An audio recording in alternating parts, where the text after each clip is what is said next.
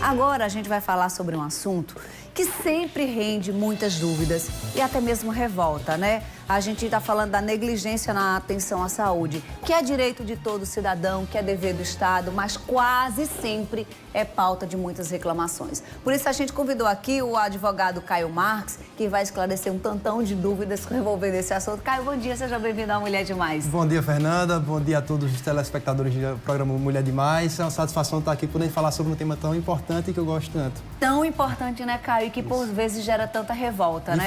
Infelizmente. Vamos falar de uma novidade super recente. Sim.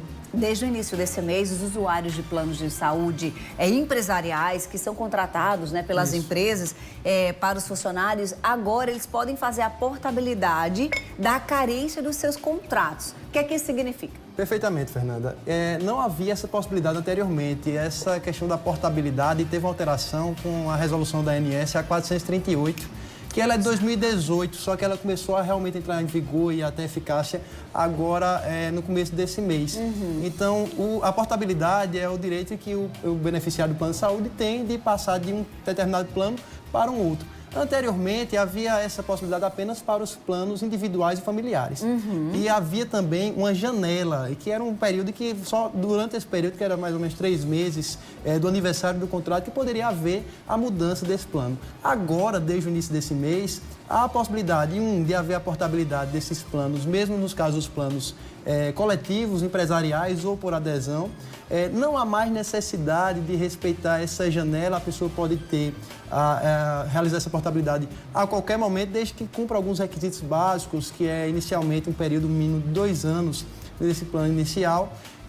E é um direito que foi muito vantajoso, principalmente para esses beneficiários que são desse plano do empresarial, ou por adesão, são aqueles de associação, sindicato, todos os demais. Como é essa questão de relação à carência? Por exemplo, tem gente que vai contratar um plano e diz, olha, para emergência você pode ser atendido amanhã, mas para fazer exames tem que esperar 1 mês, 2 meses. Essa previsão é legal? Exatamente, é legal, e a portabilidade, a novidade é justamente, o principal ponto é esse, porque você consegue fazer a portabilidade de um plano para outro sem a necessidade do cumprimento dessa carência. Agora, se você não tem um plano para fazer essa portabilidade, está contratando pela primeira vez um plano, aí não tem jeito, é esperar a carência. Exatamente, e tem que esperar a carência de 1 ano, às vezes, para cirurgia. A carência normalmente é 24 horas para procedimentos de urgência e emergência, carência de 300 dias ou 10 meses aproximadamente para o caso de parto a termo, sem ser aqueles partos prematuros, carência de 180 dias para os demais procedimentos, mas aí cada plano de saúde também pode trabalhar com esses limites também. Quando a gente fala em direito à saúde, a gente prevê que a gente aprende na Constituição, né? Que é direito do cidadão e que é dever do Estado. Mas eu, por exemplo, tenho uma pessoa muito próxima, uma mãe que nasceu, teve a filhinha também no mesmo mês que Lavínia, e foi por isso que a gente se conheceu, que a filha dela tem uma alergia e tem que tomar um leite super caro.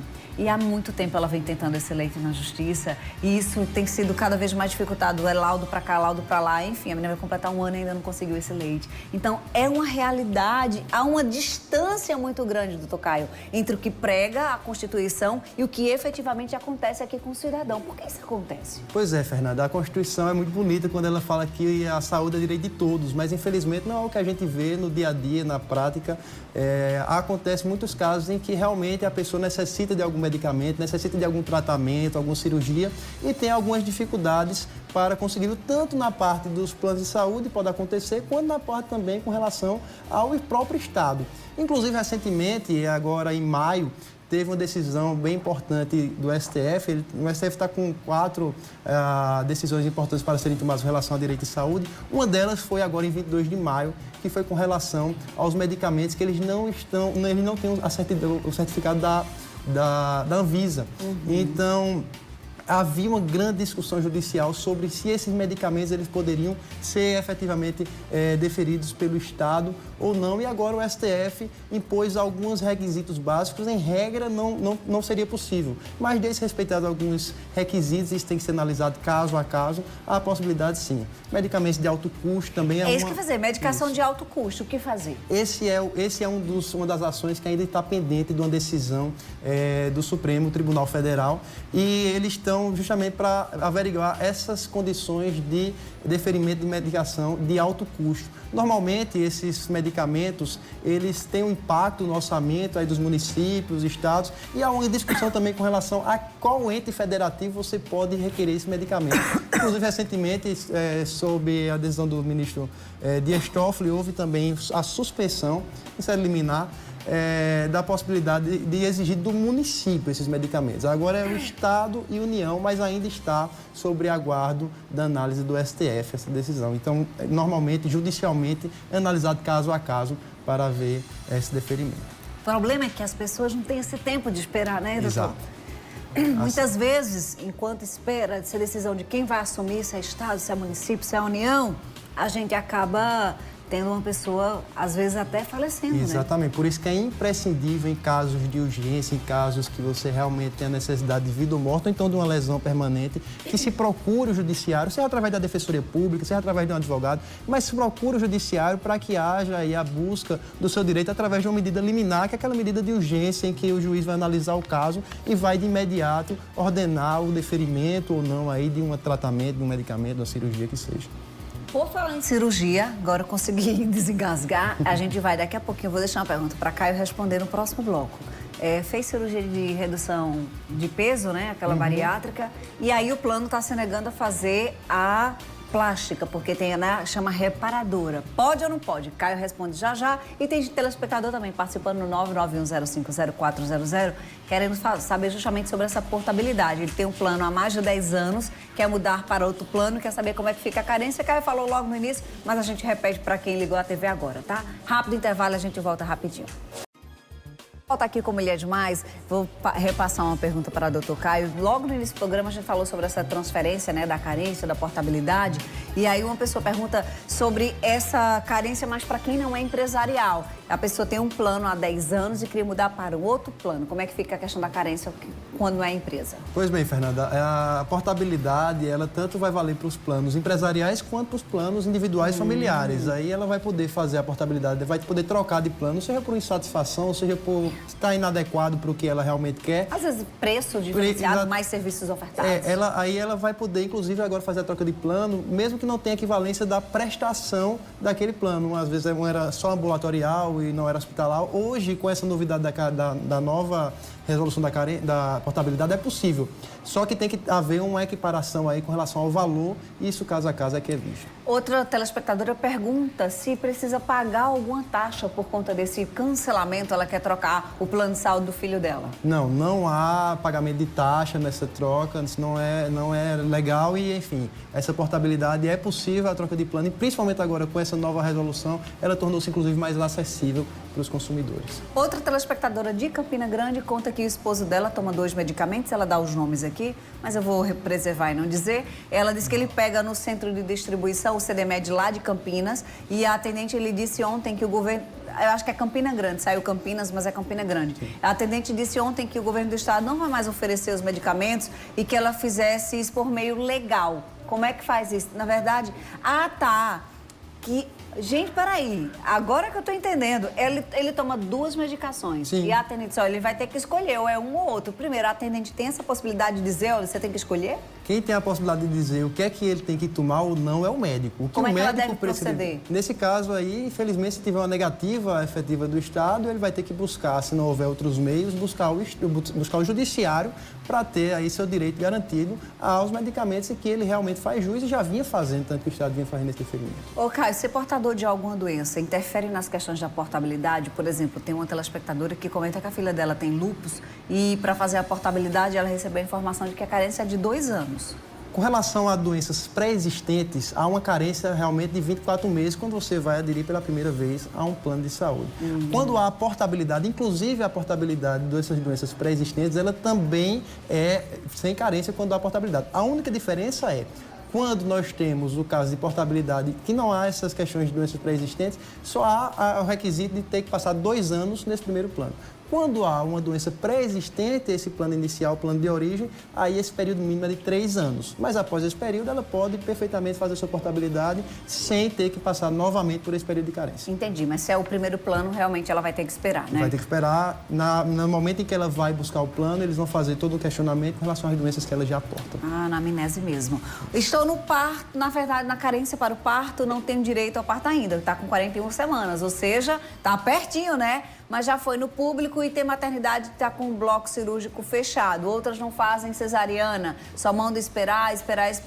Ela quer saber se tem algum meio, né, para ela conseguir ter pelo plano, já que ela está aí passando do tempo, né? Já passou, são 40 semanas, o previsto ela já está com 41.